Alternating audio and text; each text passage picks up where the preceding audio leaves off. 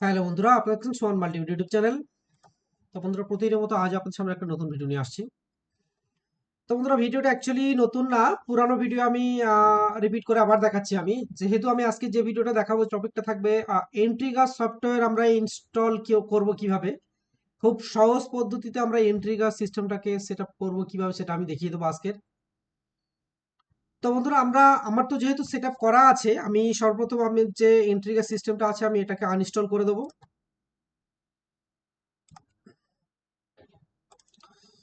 Control প্যানেলে চলে যাব, এখান থেকে গিয়ে এটাকে আমি আনইনস্টল করে দেবো। ভিডিওটা একটু বড় হবে যেহেতু আমি একটা আনইনস্টল করছি, করে আরেকবার সেট আপ করবো আমি।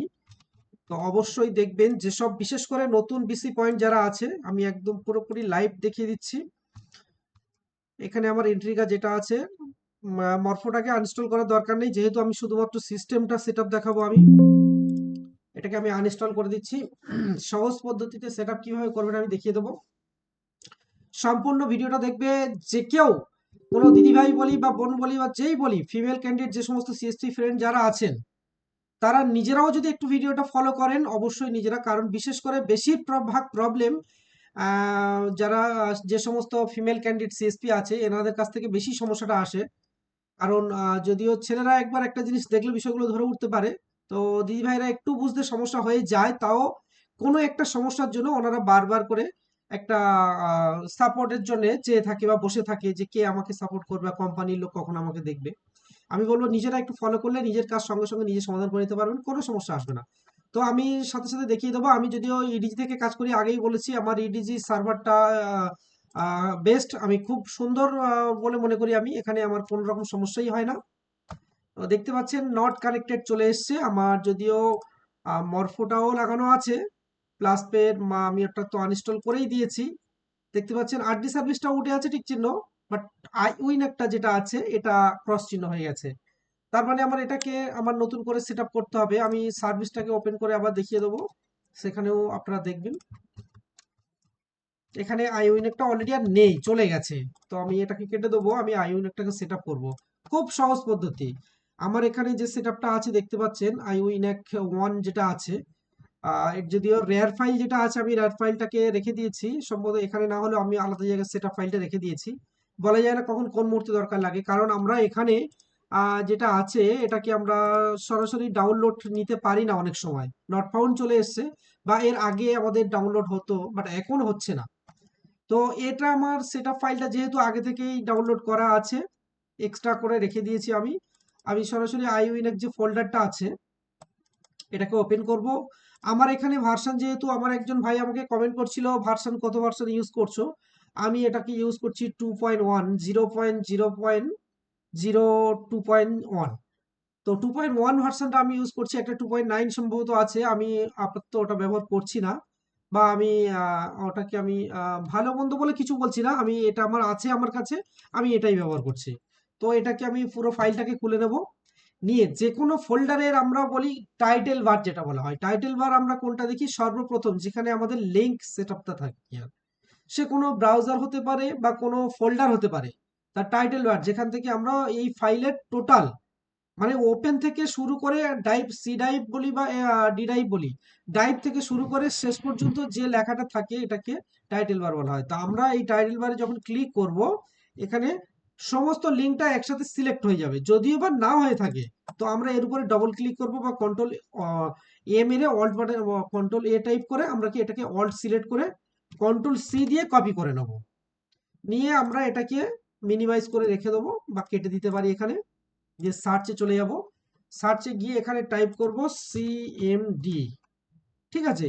তো এই সিএমডির বিষয়ে একটু কথা বলি, এর ফুল ফর্ম, আমরা তো আর সফটওয়্যার ইঞ্জিনিয়ার নই, এত কিছু ভেঙে চুরে বলাও সম্ভব নয়, বাট এইটুকু বলবো আমি, এই সিএমডি ফাইলটা, এটা একটা ডেটা স্টোরেজ ফাইল বলা হয়, যেটাকে সব যে কোনো জিনিসের মূল মাস্টার মাইন্ড বলা হয় কি আর, মাস্টার ফাইল যেটাকে বলা হয় কি আর। তো এই যে মানে এটাকে টোটাল, এই যে ডেটা যে যাবতীয় কম্পিউটারে কাজ হয় না, এই টোটাল ডেটাকে, সফটওয়্যারের ডেটাকে এখানে স্টোরেজ করা থাকে। তো ডেটা অ্যাকচুয়ালি কি দিয়ে তৈরি হয়, কম বেশি যারা নলেজ আছে তারাই জানে, বিভিন্ন রকম কি টাইপ করে এগুলোকে ম্যাচিং করে ডেটাই তৈরি হয়। তো যাই হোক, এই ডেটাটা যে স্টোরেজটা হয় না, ওর যে সাইজ যেটা আছে, প্রোগ্রাম ফাইল যেটা বলা হয়, প্রোগ্রামটাই সিএমডি ফাইলের মধ্যে এখানে স্টোরেজ হয়। এখান থেকে প্রসেসর পরিচালনা করে যে প্রোগ্রামটাকে কিভাবে ব্যবহার করবে। যাই হোক, আমি ওই বিষয়ে এখন যাচ্ছি না, আমি দেখিয়ে দেবো কিভাবে আমি সেট আপ করবো। তো আমার সিএমডি ফাইলটা চলে এসছে, এটার উপরে রাইট ক্লিক করব, রাইট ক্লিক করার পরে রান টু অ্যাডমিনিস্টার, ঠিক আছে, ইয়েস অপশন ওপেন করব। আমার এখানে উইন্ডোজ চলে এসছে,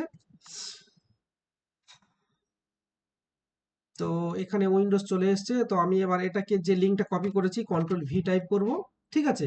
সি ড্রাইভ থেকে স্টার্ট হয়েছে আমার, অ্যাকচুয়ালি এটা কোথায় স্টোরেজটা হচ্ছে, সি ড্রাইভ ইউজার, তারপরে আমার ইউজারের যে ফাইল নেম আছে সেখানে থেকে এটা ডেস্কটপ থেকে ফাইলটা কপি করা হয়েছে। তো পুরো ফুল সিস্টেমটা এখানে চলে এসছে।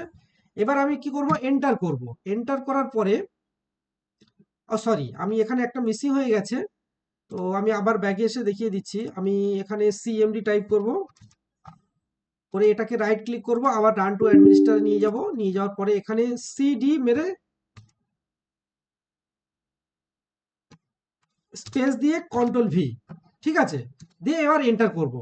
এন্টার করার পরে নিচেই যে অপশনটা চলে এসছে, অর্থাৎ আমি সি ড্রাইভে ফোল্ডারটা আমি সেভ করব, আমি সফটওয়্যারটাকে প্রোগ্রামটাকে ইনস্টল করব। তো এখানে আমি কি করব, আর ইউএন রান ডট, অর্থাৎ পয়েন্ট মতো যে বাটনটা আছে, ডট বিএটি সব স্মলে টাইপ করব, করে আবার এন্টার টাইপ করব। এখানে আমার এনি কি, যে কোনো একটা কি প্রেস করতে বলছে, আমি কিবোর্ড থেকে যে কোনো একটা কি প্রেস করব, আবার প্রেস করব যে কোনো একটা কি। আমার ইনস্টলেশন সাকসেসফুল দেখতেই পাচ্ছেন, এখানে এন্ট্রিগা আই উইনাক access client service started successful লেখা চলে এসছে। এবার আমি যে কোনো একটা কি প্রেস করবো, আবার আমার এখানে গোড়ায় চলে আসবে, এটা শুরু থেকেই চলে আসবে। তো আমার যেহেতু ইনস্টলেশন সাকসেসফুল হয়ে গেছে, আমি ক্রস চিহ্নটা এখানে এনে আবার এটাকে কেটে ব্যাগে চলে আসবো। সরাসরি দেখবো আমি সার্ভিসটা ওপেন করে আমার আইউইনেকটা ওখানে এসছে কিনা। আই টাইপ করব, করলে দেখতে পাচ্ছেন আমার আইউইনেক সার্ভিস চলে এসছে। একবার রিস্টার্ট দিয়ে নেবো, ম্যানুয়ালি একবার রিস্টার্ট দিয়ে নেবো, সাকসেসফুল হয়ে গেছে। এবার আমি কি করবো, ব্রাউজারটাকে ওপেন করে দেখবো যে আমার ব্রাউজারটা ওখানে আমার ফ্রেশ কাজ হচ্ছে কিনা। আমি 7:50 ভিডিও শ্যুট করছি, আইডি লগ আউট করে দিয়ে দেখতে পাচ্ছেন আমার যেহেতু কাজের টাইম এখনো 10 মিনিট বাকি আছে। আমি জানি সেট আপ ভিডিওটা করতে গেলে আমাকে কাজের মধ্যেই করতে হবে, কারণ কাজের বাইরে আমি ভিডিও শ্যুট করতে পারবো না, কারণ এটা ততক্ষণে পেজটা টাইম এক্সপায়ার হয়ে যাবে। তো আমার দেখতে পাচ্ছেন এখানে সম্পূর্ণ দুটোই সব টিক চিহ্ন চলে এসছে, এমন কোনো সমস্যা নেই, সম্পূর্ণ ইজিলি প্রসেস। যে সমস্ত নতুন ভাই বোনেরা আছেন বা নতুন বিসি পয়েন্ট যারা আছেন, তো অবশ্যই করে এই ভিডিওটা একটু ফলো করবেন, কোনো রকম সমস্যা নেই, আপনি নিঃসন্দেহে আপনার কাজ করতে পারবেন। আমি এখানে জাস্ট আমার কেও কোডটা টাইপ করব,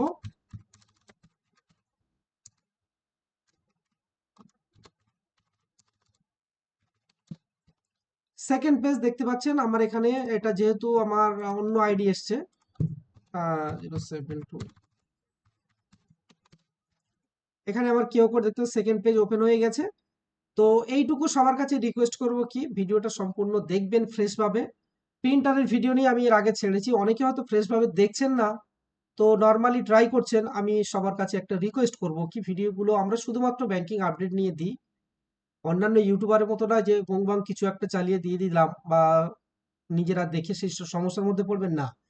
আমি নিজে কাজ করি, সেই কাজটা নিয়ে তবে তুলে ধরি আমি। তার মধ্যে টেকনিক্যালি ফল্ট, এটা বলছি না যে আমার থিওরিটা বা আমার যেটা আমি প্র্যাকটিস করছি বা আমার যেটা আমি দেখাচ্ছি এটাই পারফেক্ট হতে পারে কারোর কাছে, না, সিস্টেম ওয়াইজ প্রবলেম আসতে পারে। আমার কাছে একরকম হয়তো হয়েছে, আরেকজনের কাছে অন্যরকম হতে পারে সমস্যা। পিসি অনুপাতে ডেস্কটপ অনুপাতে সমস্যা হতেই পারে কোনো কারণে, তার জন্য ঘাবড়ানোর কিছু নেই। টাইম করে আমাদের কাছে কন্ট্যাক্ট করবেন, আমরা সেটাকে দেখে দেওয়ার চেষ্টা করব। তো বন্ধুরা, আজকের ভিডিওটা এইটুকু পর্যন্ত। অবশ্যই করে একটা রিকোয়েস্ট করব, চ্যানেলটাকে সাবস্ক্রাইব করবেন, একটু বেশি বেশি করে সবার কাছে শেয়ার করবেন। যেহেতু আমার ফলোয়ার্সের সংখ্যাটা খুবই কম, আমি দেখছি তুলনামূলক অনেকটাই কম, জানি না কেন। আমরা যদি অন্যান্য চ্যানেল আমরা ভাই বোনদের কাছে পাঠাই, তো তারা দুমদাম করে ফলো করে বসে থাকে, সাবস্ক্রাইব করে বসে থাকে। আমরা শুধুমাত্র ব্যাংকিং আপডেট নিয়ে তাদের কাছে দেওয়ার জন্য বসে থাকি, কেন জানি না যে আমাদের সাবস্ক্রাইবার ফলোয়ার্সটা এতটাই কম। আমি বারবার বলি আমি যে আমাদের এখানে যে আপডেটগুলো আসে শুধুমাত্র ব্যাংকিং আপডেট, সিএসপি যথেষ্ট, আমরা 4,500 ছাপিয়ে চলে গেছি ডব্লিউবিজিবি, তাও কেন আমরা এতটা কম। তো অবশ্যই রিকোয়েস্ট করব কি একই প্ল্যাটফর্মে আসার জন্য। খুব ভালো লাগে সবাই সবার সাথে কন্টাক্ট, সমস্ত ডিস্ট্রিক্ট থেকে একই জায়গায় থাকা, খুব ভালো লাগে। এটা শুধুমাত্র সিএসপি চ্যানেল নিয়ে এই ভিডিওগুলো করা হয়, খুব ভালো লাগে। তো বন্ধুরা, অবশ্যই করে ভিডিওটা একটু সবার কাছে শেয়ার করবেন, পারলে একটা সাবস্ক্রাইব করে রেখে দেবেন।